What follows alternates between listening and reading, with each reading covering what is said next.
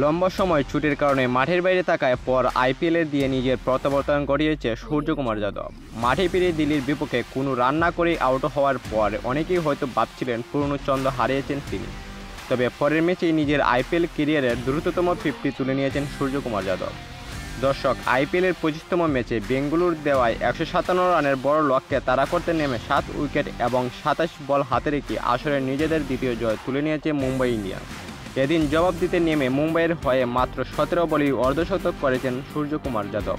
গত কয়েক মাস যাবৎ ইনজুরি থেকে সেরে উঠতে পুনর্বাসনের প্রক্রিয়ার মধ্যে দিয়ে যাচ্ছিলেন এই ভারতীয় ব্যাটার। ম্যাচ জয়ের পর গতকাল আইপিএলের অফিসিয়াল পেজে দেওয়া এক সাক্ষাৎকারে পুনর্বাসনকালের কঠিন সময়ের কথা তুলে ধরেন সূর্যকুমার যাদব। যেভাবে পুনর্বাসন কেন্দ্রে সময় কেটেছে তার সেটিও বর্ণনা করেন তিনি। এবং সাক্ষাৎকারে সূর্যকুমার বলেন, শেষ 3 মাস কেমন কেটেছে বর্ণনা করা একটু কঠিন। এটা আমাকে ব্যক্তিগত ও অ্যাথলেট হিসেবে বেড়ে উঠতে সাহায্য করেছে। প্রথম 2-3 সপ্তাহে পুনর্বাসনের এই কাজ বারবার করতে হওয়ায় একঘেয়েমি পেয়ে বসেছিল। চতুর্থ ও পঞ্চম সপ্তাহ থেকে আমি উপলব্ধি করি সামনে এগিয়ে যেতে এগুলো গুরুত্বপূর্ণ। আমি কিভাবে ফিরতে চাই সেই সিদ্ধান্ত নেওয়াটা খুবই গুরুত্বপূর্ণ ছিল। পুনর্বাসন প্রক্রিয়ার মধ্যে দিয়ে নিজেকে পরিবর্তন করাও কথা উল্লেখ করেন তিনি। যখন আমার স্ত্রী ও এনসির লোকজনের সঙ্গে কথা বলতাম তখন তারা বলতো এটা হতে পারে আমার দ্বিতীয় সংস্করণ। মাঠে যখন ফিরব তখন আমি হব আগের চেয়ে একটু আলাদা।